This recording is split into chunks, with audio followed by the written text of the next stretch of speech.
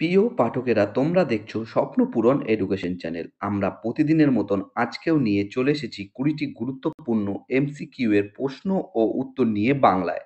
বাংলায় গুরুত্বপূর্ণ প্রশ্ন উত্তরগুলো প্রতিদিন পাওয়ার জন্য আমাদের চ্যানেলটি লাইক, কমেন্ট, শেয়ার এবং সাবস্ক্রাইব করতে ভুলো না। সাবস্ক্রাইব করে বেল আইকনটি প্রেস করে নিও, তাহলে নতুন নতুন ভিডিওর নোটিফিকেশনগুলো তোমরা খুব সহজেই পেয়ে যাবে।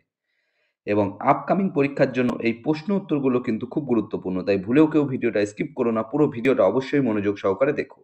এবং নতুন যারা আমাদের চ্যানেলে প্রশ্ন উত্তরের ভিডিওগুলো দেখছো তারা অবশ্যই লাইক, কমেন্ট, শেয়ার এবং সাবস্ক্রাইব করে বেল আইকনটি প্রেস করে নিও। এবং তোমরা তোমাদের বন্ধু বান্ধব, আত্মীয় স্বজন যারা চাকরির পরীক্ষার প্রস্তুতি নিচ্ছে তাদের সবাইকে এই ভিডিওগুলো শেয়ার করে দিও, যাতে তারাও আপকামিং পরীক্ষায় প্রশ্ন উত্তরগুলো পেয়ে উপকৃত হতে পারে। আমাদের ডেসক্রিপশন বক্সে হোয়াটসঅ্যাপ গ্রুপ, টেলিগ্রাম গ্রুপের লিঙ্ক দেওয়া আছে, সেখানে চাইলে তোমরা জয়েন করে নিতে পারো। এবং তোমরা কমেন্ট বক্সে কমেন্ট করে জানাতে পারো তোমাদের কোন বিষয়ের উপর ভিডিওর প্রয়োজন আছে, আমরা সেই বিষয়ের উপর ভিডিও নিয়ে আসার চেষ্টা করব।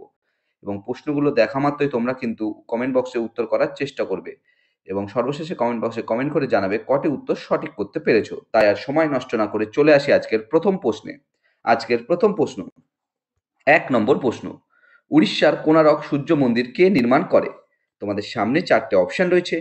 4টে অপশনের মধ্যে সঠিক উত্তরটি হয়ে যাবে অপশন বি, রাজা নরসিংহ দেব প্রথম। উড়িষ্যার কোণারকে সূর্য মন্দির নির্মাণ করেন রাজা প্রথম নরসিংহ দেব। এটি কিন্তু আনুমানিক প্রায় 1250 খ্রিস্টাব্দে, প্রায় 1250 খ্রিস্টাব্দে কিন্তু তৈরি করেছিলেন তিনি। পরবর্তী প্রশ্ন, 2 নম্বর প্রশ্ন, কোপেন জলবায়ু শ্রেণীবিভাগ ব্যবস্থায় অনুসারে AM সংকেতটি কোন ধরনের জলবায়ুর জন্য? তোমাদের সামনে 4টে অপশন রয়েছে। 4টে অপশনের মধ্যে সঠিক উত্তরটি হয়ে যাবে এখানে অপশন বি, উষ্ণ মৌসুমী জলবায়ু। কোপেন জলবায়ু শ্রেণীবিভাগ ব্যবস্থায় অনুসারে AM সংকেতটি উষ্ণ মৌসুমী জলবায়ুর জন্য। পরবর্তী প্রশ্ন, 3 নম্বর প্রশ্ন, ওয়াদভানা জলভূমি কোন রাজ্যে অবস্থিত? তোমাদের সামনে 4টে অপশন রয়েছে। 4টে অপশনের মধ্যে সঠিক উত্তরটি হয়ে যাবে অপশন এ, গুজরাট। ওয়াদভানা জলাভূমিটি গুজরাট রাজ্যে অবস্থিত। এটি মানুষ সৃষ্ট সাধু জলের কিন্তু জলাভূমি। এটা মানুষ সৃষ্ট সাধু জলের কিন্তু জলাভূমি, এবং এটি ভারতের রামসার সাইটের তালিকায় কিন্তু অন্তর্ভুক্ত আছে। পরবর্তী প্রশ্ন, 4 নম্বর প্রশ্ন, তেহরি বাঁধ কোন নদীর সঙ্গমস্থলে অবস্থিত? তোমাদের সামনে 4টে অপশন রয়েছে। 4টে অপশনের মধ্যে সঠিক উত্তরটি হয়ে যাবে অপশন এ, ভাগীরথী ও ভিলাঙ্গানা। তেহরি বাঁধ ভাগীরথী ও ভিলাঙ্গানা নদীর সঙ্গমস্থলে অবস্থিত। পরবর্তী প্রশ্ন, 5 নম্বর প্রশ্ন, উত্তরবঙ্গ সমভূমির পূর্ব দিকের নদী কোনটি? তোমাদের সামনে 4টে অপশন রয়েছে। 4টে অপশনের মধ্যে সঠিক উত্তরটি হয়ে যাবে অপশন ডি, এ এবং বি।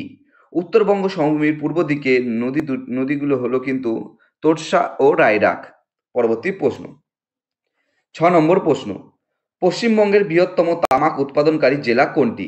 তোমাদের সামনে 4টে অপশন রয়েছে।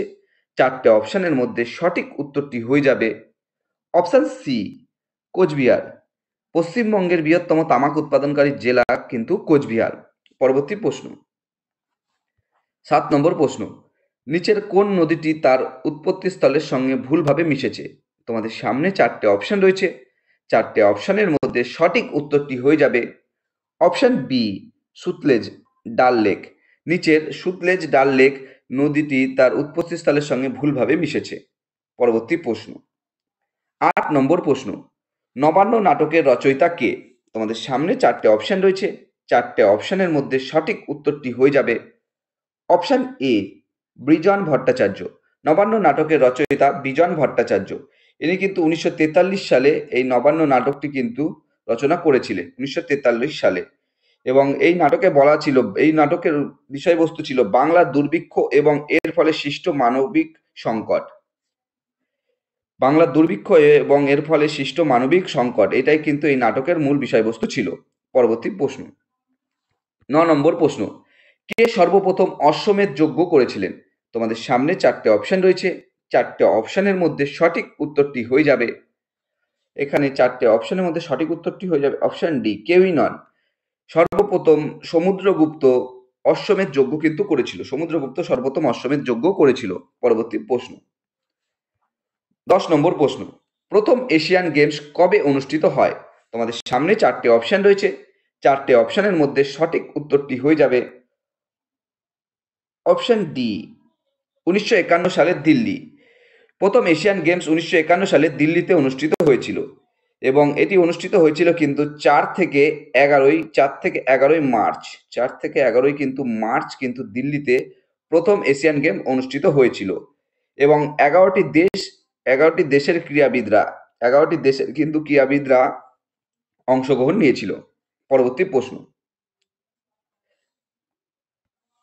11 নম্বর প্রশ্ন, অসহযোগ আন্দোলন শুরু হয় কত সালে? তোমাদের সামনে 4টে অপশন রয়েছে। 4টে অপশনের মধ্যে সঠিক উত্তরটি হয়ে যাবে অপশন সি, 1920 সালে। অসহযোগ আন্দোলন শুরু হয় 1920 সালে এবং 1920 সালের কিন্তু সেপ্টেম্বর মাসে কিন্তু অসহযোগ আন্দোলনটা শুরু হয়েছিল। পরবর্তী প্রশ্ন 12 নম্বর প্রশ্ন, সিলি পয়েন্ট কথাটি কোন খেলার সঙ্গে যুক্ত? তোমাদের সামনে 4টে অপশন রয়েছে। 4টে অপশনের মধ্যে সঠিক উত্তরটি হয়ে যাবে option B, cricket. Silly point কথাটি ক্রিকেট খেলার সঙ্গে যুক্ত। পরবর্তী প্রশ্ন 13 নম্বর প্রশ্ন, জাপ্তি প্রথা কে চালু করেন? তোমাদের সামনে 4টে অপশন রয়েছে। 4টে অপশনের মধ্যে সঠিক উত্তরটি হয়ে যাবে অপশন এ, আকবর। জাপ্তি প্রথা চালু করেন আকবর এবং এই জাপ্তি প্রথা আকবর কিন্তু 1579 থেকে 1580-র মধ্যে কিন্তু চালু করেছিল এবং এটা কিন্তু তার অর্থমন্ত্রী আকবরের অর্থমন্ত্রী টোডরমলের নির্দেশে কিন্তু এটা চালু হয়েছিল। পরবর্তী প্রশ্ন 14 নম্বর প্রশ্ন, সংসদের যুগ্ম অধিবেশন আহ্বান করেন কে? তোমাদের সামনে 4টে অপশন রয়েছে। 4টে অপশনের মধ্যে সঠিক উত্তরটি হয়ে যাবে অপশন এ, রাষ্ট্রপতি। সংসদের যুগ্ম অধিবেশনে আহ্বান করেন রাষ্ট্রপতি এবং এটি কিন্তু ধারা 108 বলা আছে যে সংসদের যুগ্ম অধিবেশনে আহ্বানের এইটা কিন্তু ধারা 108 বলা আছে এবং সভাপতিত্ব করেন স্পিকার এবং সংসদের এই যুগ্ম অধিবেশনটি নেওয়া হয়েছে কিন্তু অস্ট্রেলিয়া থেকে। পরবর্তী প্রশ্ন 15 নম্বর প্রশ্ন, মাদার টেরেসা কত সালে ভারতরত্ন পুরস্কার পান? তোমাদের সামনে 4টে অপশন রয়েছে।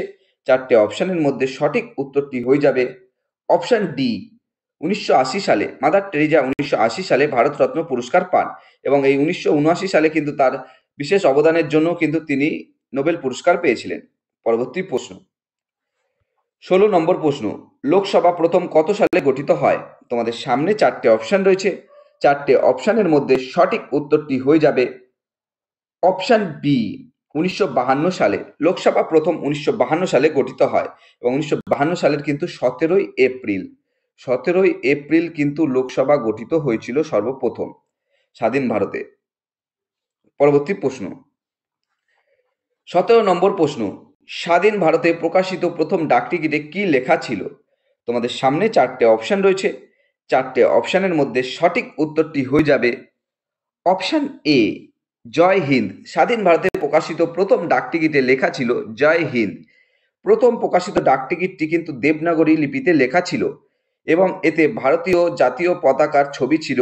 এই ডাকটিকিটটি কিন্তু 1947 সালের 21শে নভেম্বর প্রকাশিত হয় এবং এর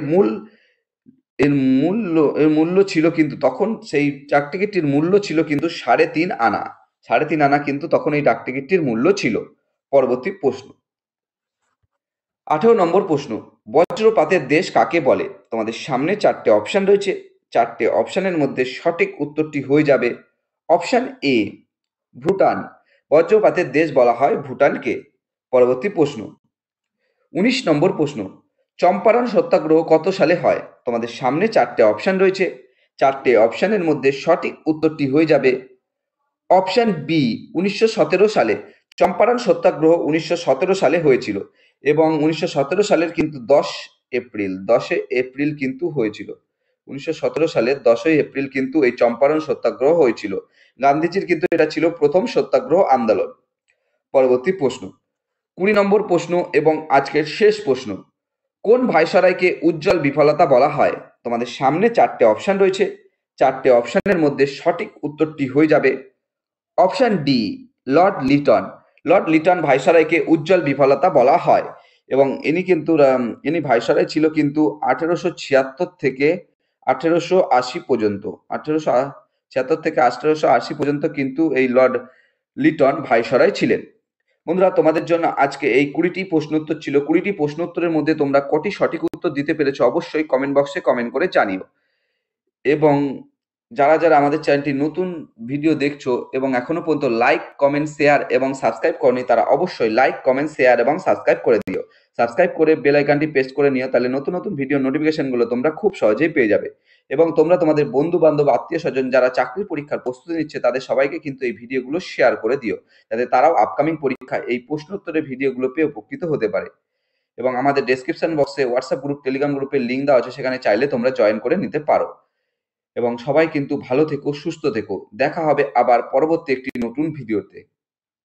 ধন্যবাদ সবাইকে।